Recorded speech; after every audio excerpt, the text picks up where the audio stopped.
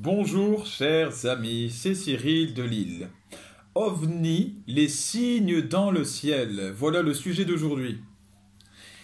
Alors, les ovnis, des signes aussi, évidemment, des phénomènes célestes, il y en a aujourd'hui beaucoup. Beaucoup sont recensés. La NASA a même déclassifié ces documents qui montraient donc des ovnis, c'est-à-dire des objets volants non identifiés. Bon.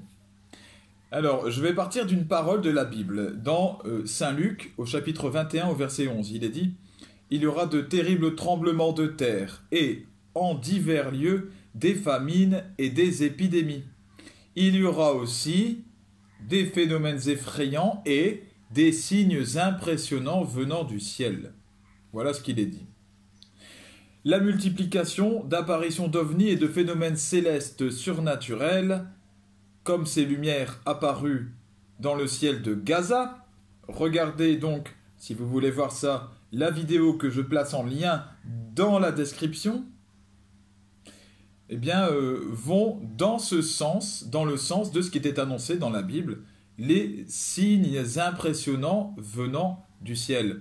Et ce ne serait pas la première fois. De nombreuses fois, le Seigneur a montré des signes venus du ciel. La Vierge Marie qui est apparue dansant dans le soleil, par exemple, ou alors à Fatima, la fameuse, le phénomène surnaturel spectaculaire de Fatima, et tout s'est passé dans le ciel, ce qui a contribué. Fatima, c'est au Portugal, et c'est le phénomène qui a permis l'évangélisation de tout le Portugal. Hein.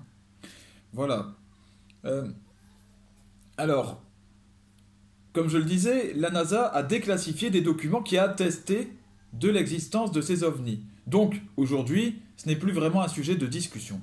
Ce qui est un sujet de discussion, c'est qui sont ces personnes qui viennent comme ça dans le ciel, à qui appartiennent ces ovnis, d'où viennent-ils et que représentent-ils pour nous? C'est là qu'il y a un sujet de débat. Des hommes s'emballent et imaginent une potentielle attaque extraterrestre. C'est très dans l'air du temps, puisque beaucoup aujourd'hui voient tous ceux qui sont différents comme des menaces. Hein. Par exemple, les immigrés, déjà, c'est une forme d'extraterrestre, hein, d'une certaine façon, pour un indigène.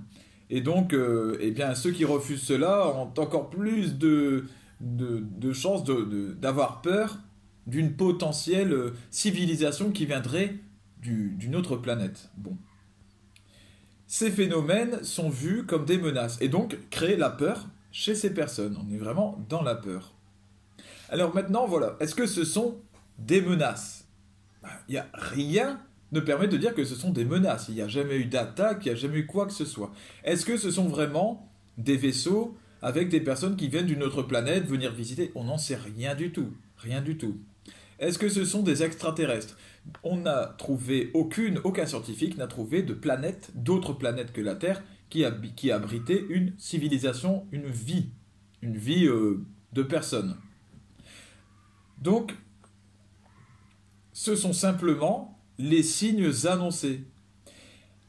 Dans le ciel de Gaza sont apparus des signes dont j'ai parlé tout à l'heure. Et quels sont ces signes? Eh bien, on voit apparaître 3 lumières. Quand vous regardez le début de la vidéo, 3 lumières en triangle, disposées en triangle dans le ciel. Cela correspond exactement à la Trinité. La Trinité, Sainte Trinité, qui est Dieu. Dieu Tout-Puissant, qui est un seul Dieu en 3 personnes. Ce qui vaut aux chrétiens d'être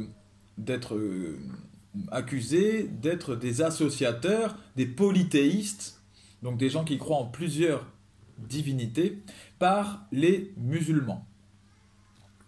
Mais c'est faux. C'est un seul Dieu en 3 personnes. Et d'ailleurs, j'y reviendrai dans une prochaine vidéo.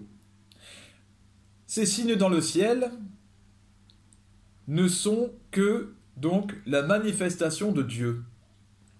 Quel est le but de ces signes? Pourquoi se montrent-ils de cette façon-là? Pourquoi est-ce que il nous est dit que Dieu nous montrera des signes impressionnants venant du ciel? Eh bien, c'est pour, comme chaque signe, comme chaque événement miraculeux, comme chaque événement spectaculaire que Dieu envoie aux hommes, c'est pour pousser à la conversion, pour leur annoncer l'imminence aussi du retour du Christ, puisque c'est un signe de l'Apocalypse qui montre l'imminence de la venue du retour du Christ. Donc, si nous y sommes, c'est qu'il arrive bientôt. Ça nous pousse encore plus à la conversion. Et puis, ça sert à attester que la Bible est véridique, puisqu'elle l'a annoncé et que ça arrive. Et si la Bible est véridique, alors la foi chrétienne est véridique. Une partie des gens, à la fin, se convertira, l'autre partie se rangera derrière l'Antichrist. Elle sera coupée de Dieu. L'Antichrist aura des armes, une armée, prétendument suffisamment puissante, pour combattre ce qui sera présenté comme une menace venant du ciel, une civilisation extraterrestre qui chercherait à s'emparer de nos richesses, à nous, les humains riches. Voilà. Oui. Est-ce que c'est une menace au final?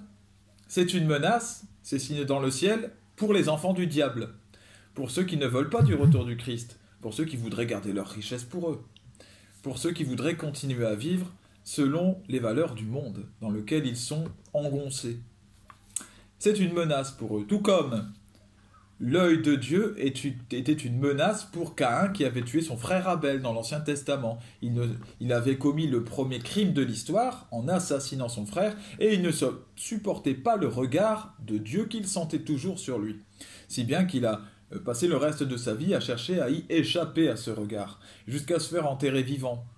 En espérant, donc c'est tout un symbole évidemment, hein, cette histoire elle est vraie et elle est en même temps symbolique. À la fin, il s'est retrouvé dans son cercueil et il est dit « L'œil était dans la tombe et regardait Caïn ».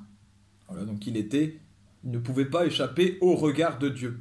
Voilà l'histoire. Et là, nous avons cette histoire, si vous voulez, qui se répète à l'échelle de l'humanité. Voilà. C'est pour cela que ces personnes verront les signes du ciel comme des dangers, parce qu'ils, étant malfaisants et ne voulant pas se séparer de leurs méfaits, eh bien, ils refuseront l'arrivée de Dieu. Pour les enfants de Dieu, qu'est-ce que ça signifie ces signes? C'est papa, c'est le Père du ciel éternel qui nous fait signe, et qui dit « J'arrive, j'arrive, mes enfants chéris, préparez-vous ». Voilà, alors, eh bien, que les enfants de Dieu soient remplis d'espérance, parce que il revient, le Christ. Il l'a dit, il l'a annoncé, il montre les signes, il arrive. Tenez bon, tenez ferme. À bientôt.